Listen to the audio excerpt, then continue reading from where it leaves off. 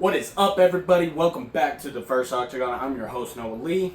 Today, I'm going to be talking about this whole Jon Jones, Tom Aspinall debacle, whatever you want to call it, debate, whatever. But without further ado, let's jump right into it. So, first off, I want to say I know it's been a while. Had a lot of crazy things going on. Earlier this year, or actually about a month ago, my father had passed away. I'm trying to deal with that really well. It's kind of alright.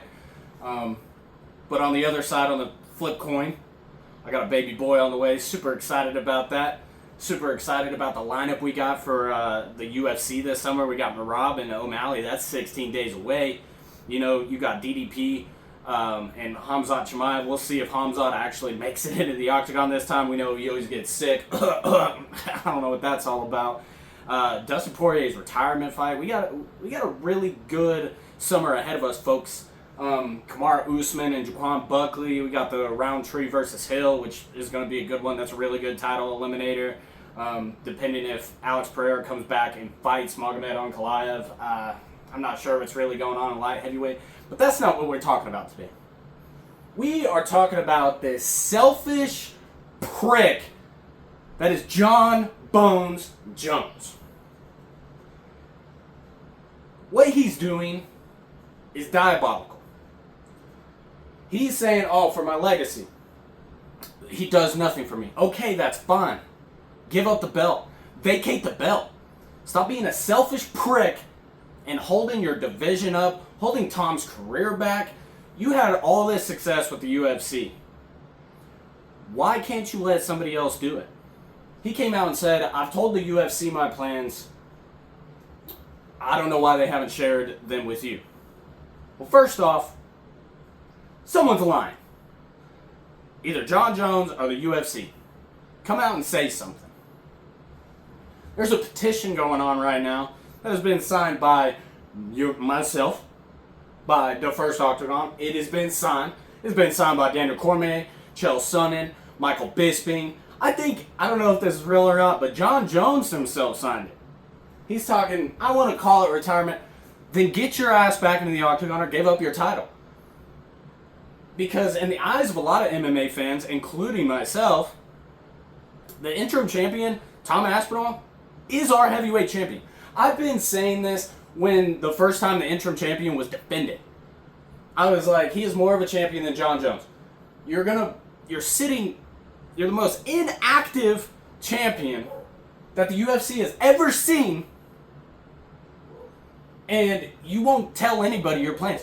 You would rather be on the back of mopeds hugging lady boys. I don't know what you were doing, but sniffing his hair, pulling on it, that's weird stuff, Jon Jones. But the UFC needs to vacate the title, move on from Jon Jones, and give Tom Aspinall a vacant heavyweight title fight. Whether that's Cyril Gahn, Alexander Volkov, whatever you want to do, strip that belt. Move on from Jon Jones. Because it is very clear that this man is not coming back. It's very clear. The thing that's very irritating for a lot of MMA fans right now is when there's a champion, they want to see him in there and defend the title against a really top and scary contender. The UFC lately, it seems like they're all more about the entertainment now. They're not about giving the fans the fights that they really need, the fights that they really want. It's not happening. So what's happening? They signed this fucking deal with TKO. They're merged with the WWE. And for the first time in the UFC's 30 plus years of being a phenomenal organization that has came up so much since the beginning of time, it is very clear that they're more on the entertainment side and they want the guys that will bring the money. Well, here's the thing. Jon Jones can bring that money, but so can Tom Aspinall. Without Jon Jones, Tom Aspinall can bring that. I was watching this guy, Lucas Tracy MMA. If you guys haven't checked out his YouTube channel, go and head over there, because he said it perfect. He was like, if you want a vacant title fight with Tom Aspinall, you stack that card. You stack that card to the max. Whatever you can do with that thing. You know, put hell, put Alex Pereira on that card. Put Diego Lopez on that card. Put Sean O'Malley, whatever. Just stack this card and people will tune in. Even if you're a very casual MMA fan, you will tune in and you will get to the heavyweight title fight with Tom Aspinall and you will be amazed. This dude needs to be fighting so much. Every time he hops into this octagon, it's a good 40 seconds that he pertains. You know, he's not getting injured. He can have a quick turnaround because his fight time is so low. It's something that, it's just crazy what's happening right now. You just need to get over this Jon Jones hump because the Aspinall and Jones fight isn't happening. And the UFC needs to come out and say something. This is like all these dudes waiting for GTA 6 when we were like, where's Trailer 2? Where's Trailer 2? And we got it 2 years later and we were finally like, okay, we're happy now. You need to come out and say something because the MMA, the UFC community is losing their mind. They are losing their mind over this right now because there hasn't been a peep. Yeah, you can hear Uncle Shell talk about it all day, but that dude is a bullshitter if I've ever seen one. It takes bullshitter to know bullshitter. You know, his thing where it's like, once they call Jon Jones, he'll take that fight. No, he won't. And the bottom line is, you can say that he's not Duncan Tom Aspinall, you know, he's the greatest of all time, you know, he's the best to ever do it. Okay, but there's that slight understanding that Jones himself even knows. His ego is so big now that in the back of his head, he's like, this is a really dangerous fight. Jon Jones in his entire career has never fought somebody younger than him. Never. Which is crazy. It's time to do that or give up the belt. It's as simple as that. Because then we could start moving forward and we could start building Tom Aspinall's career. Because honestly, the dude's funny. He has charisma. He has a personality. You know, the dude can sell fights. You know, I bet he'll do the same thing that Dricus du Plessis is doing.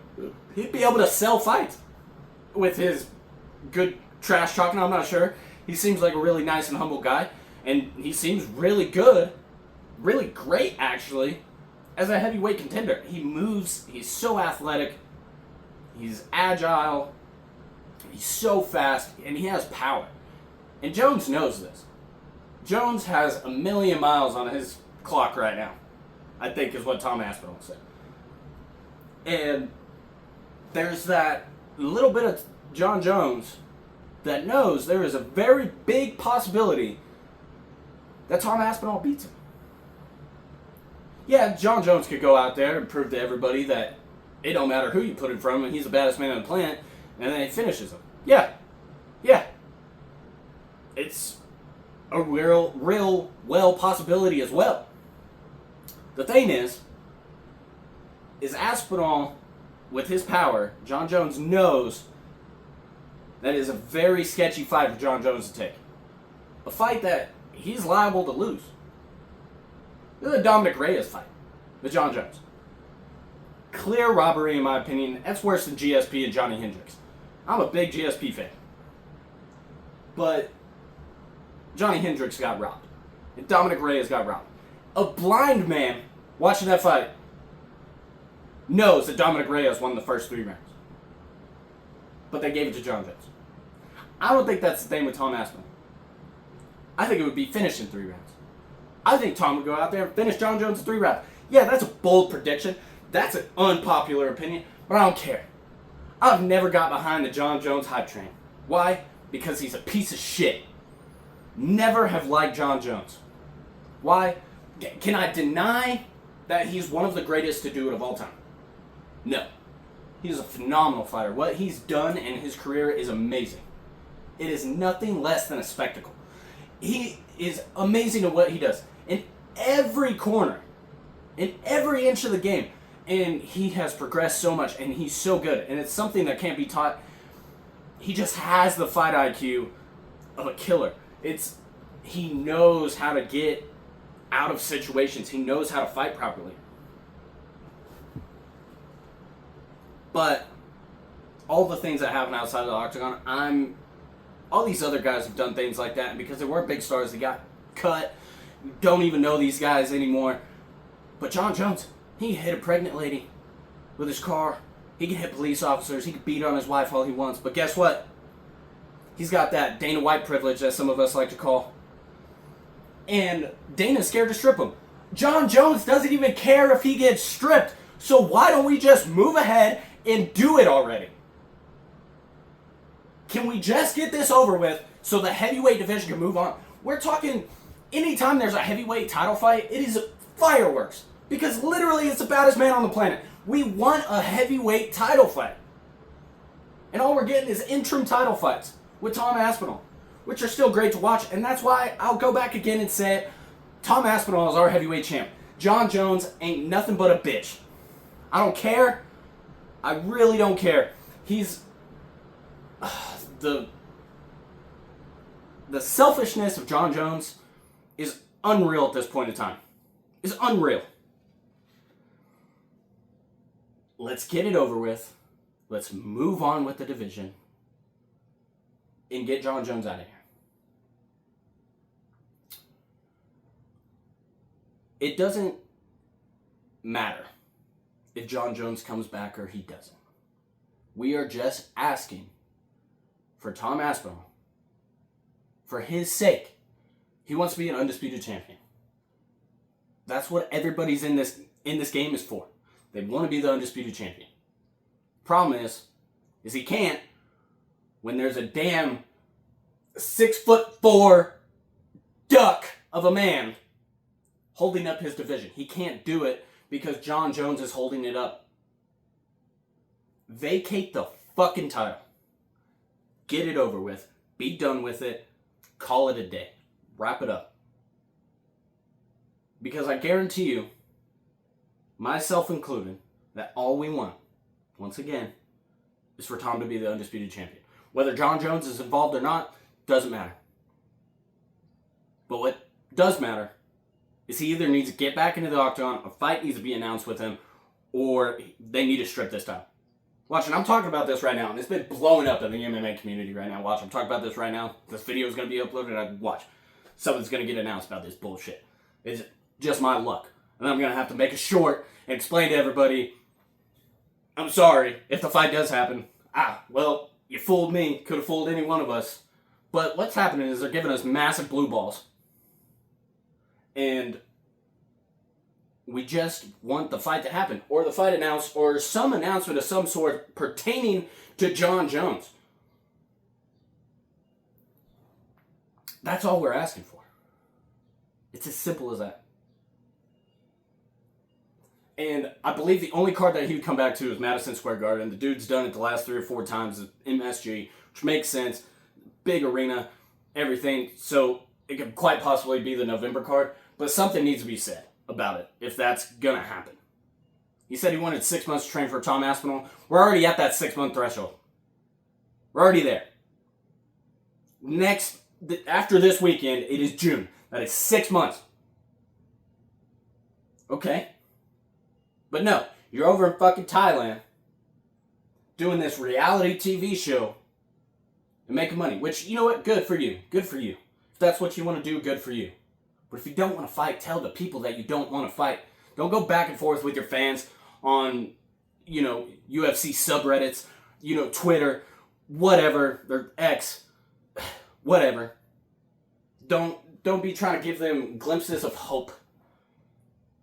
Just tell the people what's going on. So enough with this Jon Jones bullshit and how selfish he is. We're Rob and Sean O'Malley, 16 days away, June 7th. I'm excited. I'm a Sugar fan. I will always be a Sugar fan. I don't care. I know people are saying this rematch isn't going to be different at all. He's going to get ragdolled around like he did in the first match. Here's the thing. He lost the fight. But the thing that people are failing to realize is that fight was a lot closer than you think, especially the 5th round. If you go back and watch that fight, Sean finally figured it out. And I believe this whole new Sean O'Malley thing where he has a smoke, he has a drink, he has a party, he hasn't even gooned He hasn't even done the Gunin. I think, and he's been training with Israel Adesanya, Mighty Mouse. He's been doing these things. I believe we're going to see a different Sean O'Malley in 16 days. This kid is confident. He's great at what he does. He's a phenomenal striker. Maybe he freaking crisped up the wrestling. The problem with the first match is Sean O'Malley expected him to come out shooting. No, what happened was he put on the pressure and made Sean O'Malley essentially have to move forward. He wasn't allowing Sean O'Malley to pick off his sniper mentality of you come in, I'm going to counter-strike you. Merab didn't allow that to happen. Smart game played by Merab, and Sean O'Malley wasn't ready for that. And by the time Merab started mixing in the wrestling, it was already too far gone. Because Merab had already beat Sean at his game in the striking round. So hopefully in 16 days we get a different Sean O'Malley, something that's very unique.